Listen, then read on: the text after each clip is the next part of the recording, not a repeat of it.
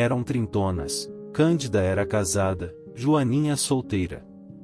Antes deste dia de março de 1886, viram-se pela primeira vez em 1874, em casa de uma professora de piano. Quase iguais, ambas claras, ambas alegres, havia entre elas diferenciados olhos, os de Cândida eram pretos, os de Joaninha castanhos.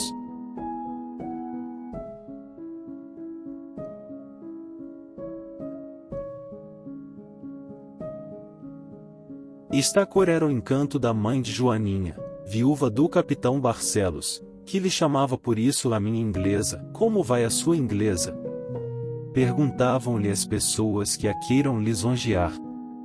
E a boa senhora ria-se da alma, agradecia com palavras, com gestos. Dentro de algum tempo já a moça era conhecida no bairro pela inglesinha de Barcelos. Era a mais próspera a situação de Candinha. Filha de um comerciante, conhecido por Chico Fernandes, abastado e trabalhador. Casou bem, com um advogado do norte, que veio para o Rio de Janeiro deputado, deixou a política, ou a política o deixou, ele abriu banca de advocacia. Era moço forte, estudioso, deu um único desgosto ao sogro, foi o de não ser ministro do Estado. Este era o sonho de Chico Fernandes. Como ia dizendo, eram trintonas, agora que se encontraram, em março de 1886.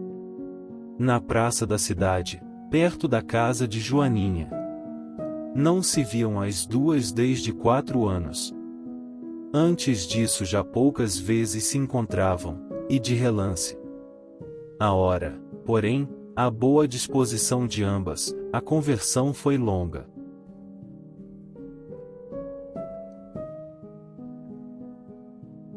A fala da moça, que era outrora tão viva e precipitada, saia-lhe agora arrastada e frouxa.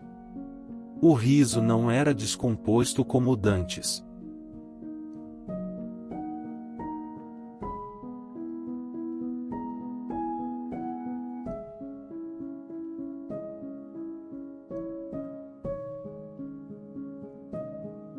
Adeus, inglesinha Barcelos, disse Candinha ao despedir-se dela.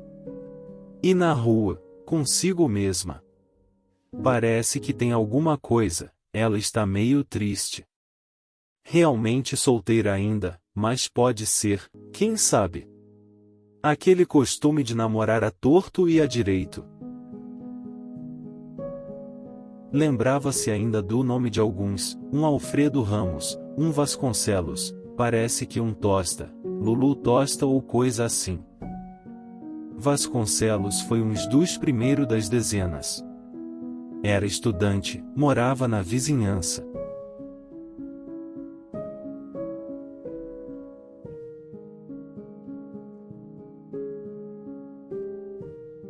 Começou o namoro, passando ele pela calçada fronteira. Joaninha veio a derrubar a pulseira no chão e Vasconcelos logo a entregou. Joaninha olhava para ele. Vasconcelos, petulante e vaidoso, cuidou que eram olhos de riso, e riso de escárnio, e ia fazer alguma travessura de rapaz, quando reparou que eram olhos de convite. Nada mais expressivo que o gesto de Joaninha brincando com a ventarola.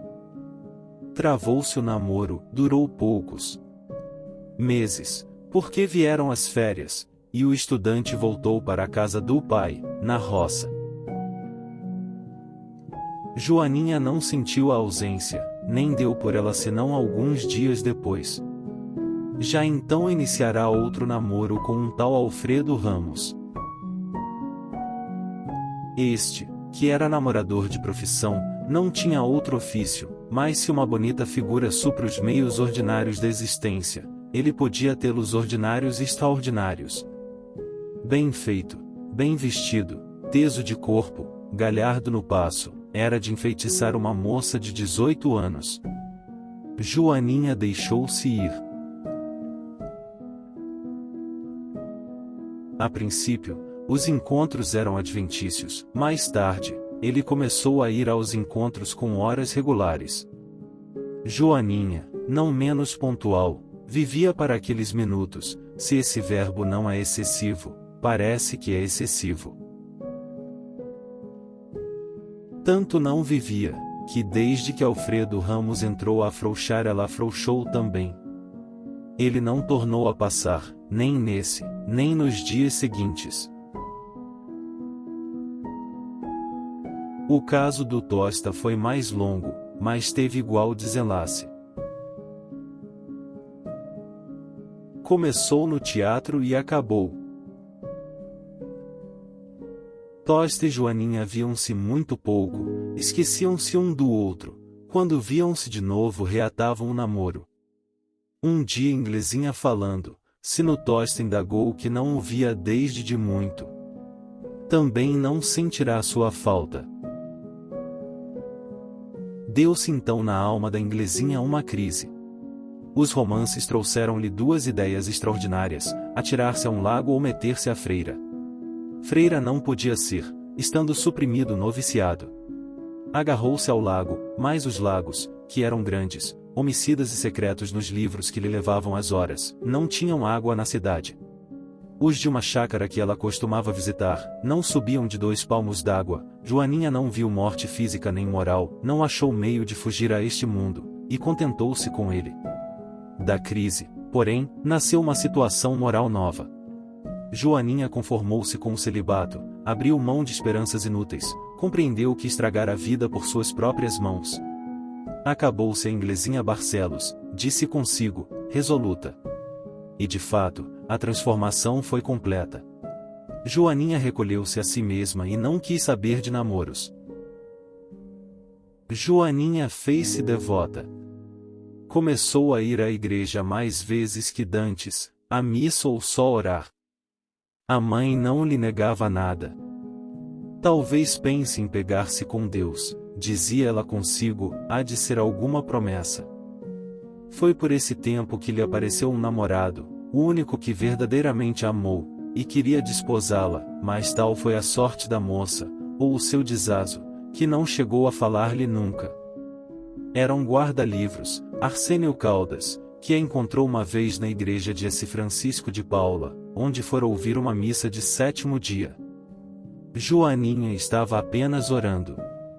Caldas viu-a no altar.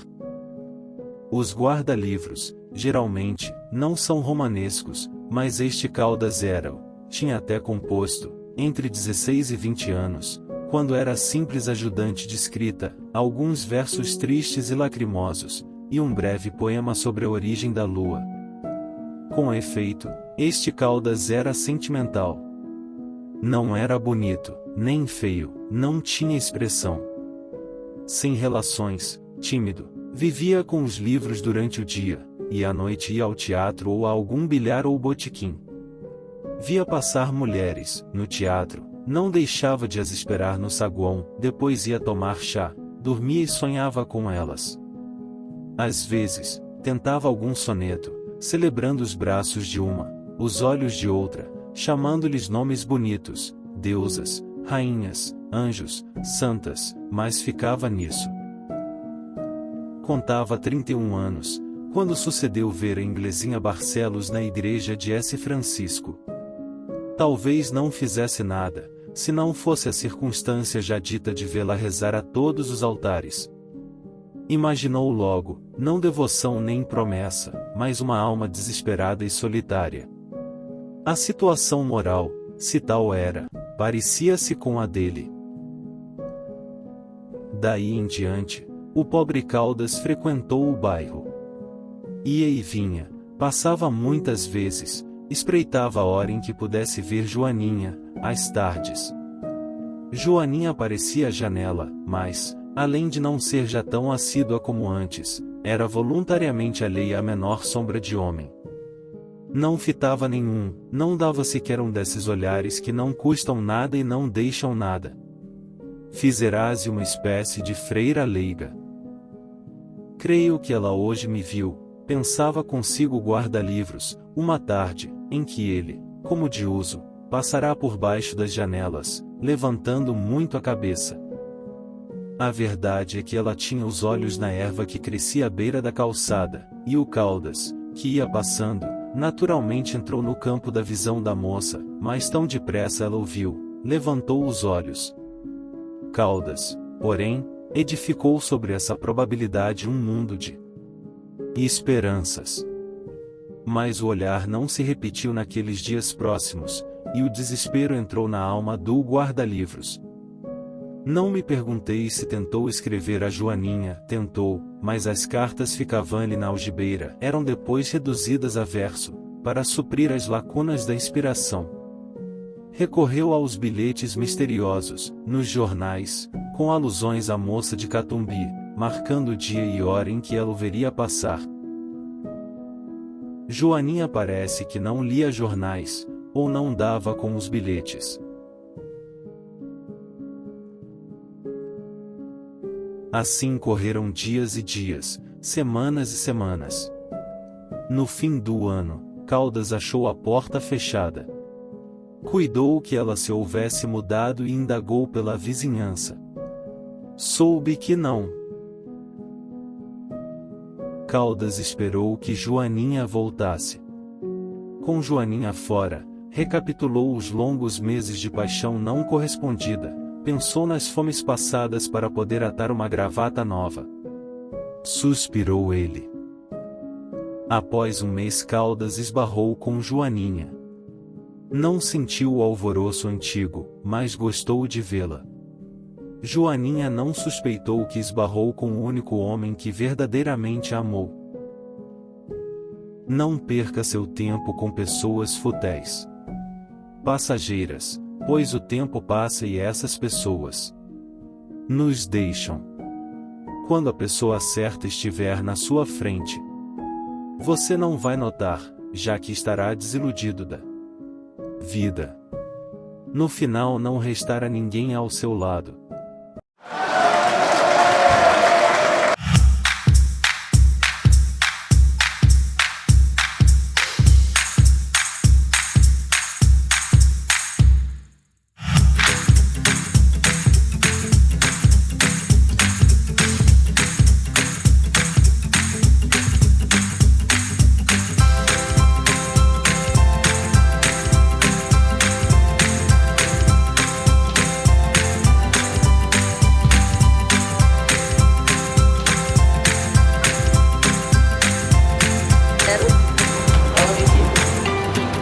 Olha o vestido da Cá.